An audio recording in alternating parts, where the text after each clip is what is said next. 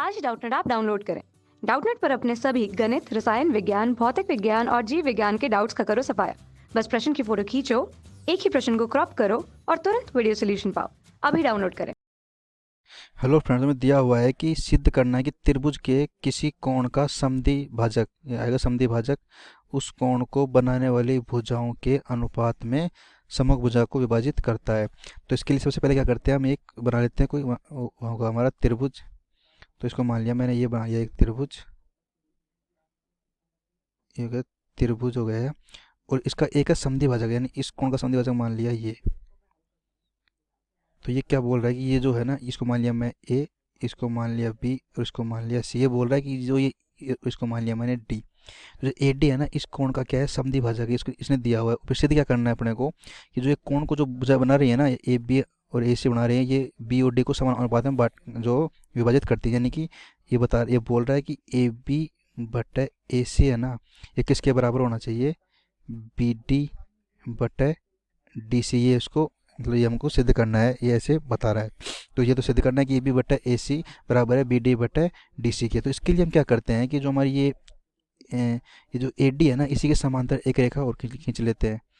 यहाँ से मैंने खींच ली रेखा, क्या जो ए डी के समांतर और बिंदु सी से जाती है, तो कुछ इस तरह हो जाएगी रेखा। तो मैंने ऐसे एक रेखा खींची जो ए डी के समांतर है और बिंदु डी से जाती है। ये हो गई अपनी ये रेखा ऐसे। और जो फिर मैं क्या करता हूँ, जो ए बी है ना, इसको आगे बढ़ाता हूँ, ए बी को इस तरह आगे बढ़ाता हूँ और इससे मिला देता हूँ। यहाँ पे ये मिल गई। तो यहाँ पे क्या आ गया मेरे पास, ये इतना, ये ऐसे मैंने इसको मिला दिया।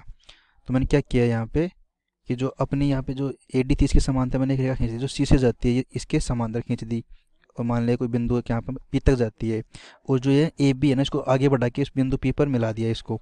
तो ये अगर ये इसके समांतर है, तो इसको मैंने मान लिया कोण एक, इसको मान लिया मैंने कोण दो, इसको मान लिया मैंने कोण तीन और इसको मान लिया मैंने कोण चार। अब हम देखते हैं कि जो हमारे पास यहाँ पे ए डी है, ये किसके समांतर है, ये समांतर है मेरे पास पी और सी के समांतर है यहाँ पे। तो जो मेरे पास ये कोण एक हो जाएगा, क्या कोण एक बराबर किसके हो जाएगा मेरे पास, कोण चार के बराबर। क्यों है, क्योंकि ये क्या है, संगत कोण है, ये मेरा संगत कोण है। तो कोण एक बराबर हो जाएगा कोण चार के। और जो कोण दो है अपना, किसके बराबर हो जाएगा, कोण तीन के, क्योंकि ये क्या है हमारे पास, एकांतर कोण है, यह एकांतर कोण। तो कोण दो क्या है, कोण तीन के बराबर हो जाएगा। और अब हमें दिया हुआ कि जो कोण एक है ना अपना, ये किसके बराबर है, कोण दो के बराबर है। ये एक दिया कहाँ पे है कि जो ए डी है ना अपना, ये ए डी कोण एक का समद्वि भाजक है, तो कोण एक कोण दो के बराबर होगा। अगर हम इनमें देखें कि कोण एक जो है ना, कोण चार के बराबर है, कोण दो कोण तीन के बराबर है, और कोण एक और दो भी आपस में बराबर है, तो कोण तीन और कोण चार बराबर होंगे। तो हम ऐसे क्या कह सकते हैं, जो कोण तीन होगा ये किसके बराबर होगा, कोण चार के। ये हम इन तीनों को देख कर कह सकते हैं कि कोण एक और दो किसके बराबर है, तीन और चार के, और ये आपस में बराबर हैं, तो हम कोण तीन बराबर कोण चार कह सकते हैं। तो अब देखो, अगर हमारे पास एक त्रिभुज लेते हैं, कौन सा त्रिभुज ए पी सी में क्या है, जो अपना कोण तीन है ना, ये किसके बराबर है, कोण चार के। अगर ये बराबर है तो क्या ये एक समद्विबाहु त्रिभुज हो जाएगा अपने पास ए पी सी। और समद्विबाहु त्रिभुज में क्या होता है कि समान कोण की समन्वय भुजा भी समान होती है। तो मैं ऐसे क्या लिख सकता हूँ कि जो ए पी है किसके बराबर आ गई मेरे पास, ए सी के बराबर। कैसे है, क्योंकि ये एक ए पी सी एक समद्विबाहु त्रिभुज है, उसके जो कोण समान है उसके सामने की भुजा भी समान होगी। तो मैं यहाँ पे ए पी बराबर ए सी लिख दिया मैंने। मैं यहाँ से क्या निकाल दिया, यहाँ पे ए पी बराबर ए सी। और मैं इसके साथ ही मैं क्या देखता हूँ, जो मेरे पास त्रिभुज है, कौन सा त्रिभुज, ये बड़ा वाला लेता हूँ, बी सी और पी में। जो बड़ा वाला त्रिभुज है ना, ये बी पी और सी में क्या है, जो अपनी ए डी किसके समांतर है, पी सी के। इसमें क्या है, जो ए डी किसके समांतर है, ये पी सी के।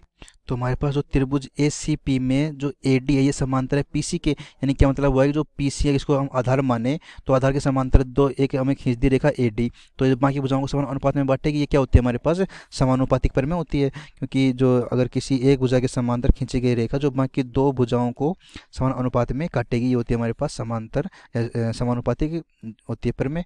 समानुपातिक परिमेय से हम क्या लिख सकते हैं यहाँ पे, ये हो जाएगा हमारे पास जो ए बी बटे क्या लिख सकते हैं हमें यहाँ पे, AP किसके बराबर आ जाएगा मेरे पास, ये आ जाएगा BD अपॉन डी सी के।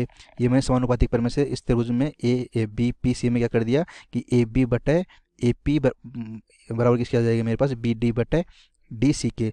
और हमने अभी सिद्ध किया है जो ए पी है ना हमारे ए सी के बराबर, हमने यह सिद्ध कर दिया कि ए पी बराबर ए सी। तो मैं ए पी को क्या ए सी लिख सकता हूँ यहाँ पे, क्या हो जाएगा मेरे पास ये ए बी बटे ए सी बराबर क्या आ जाएगा मेरे पास ये बी डी बटे डी सी। और मैं उसे क्या करना था, सिद्ध करना था कि जो ए बी बटे ए सी किसके बराबर है बी डी बटे डी सी के। तो मैंने सिद्ध कर दिया है कि जो ए बी बटे ए सी है अपना ये किसके बराबर आ गया बी डी बटे डी सी के। तो हम यहाँ से क्या कह सकते हैं कि जो हमारे पास ये बोल रहा था ना कि किसी कोण का समद्विभाजक उस कोण को बनाने वाली भुजाओं के अनुपात में समक भुजाओं को विभाजित करता है।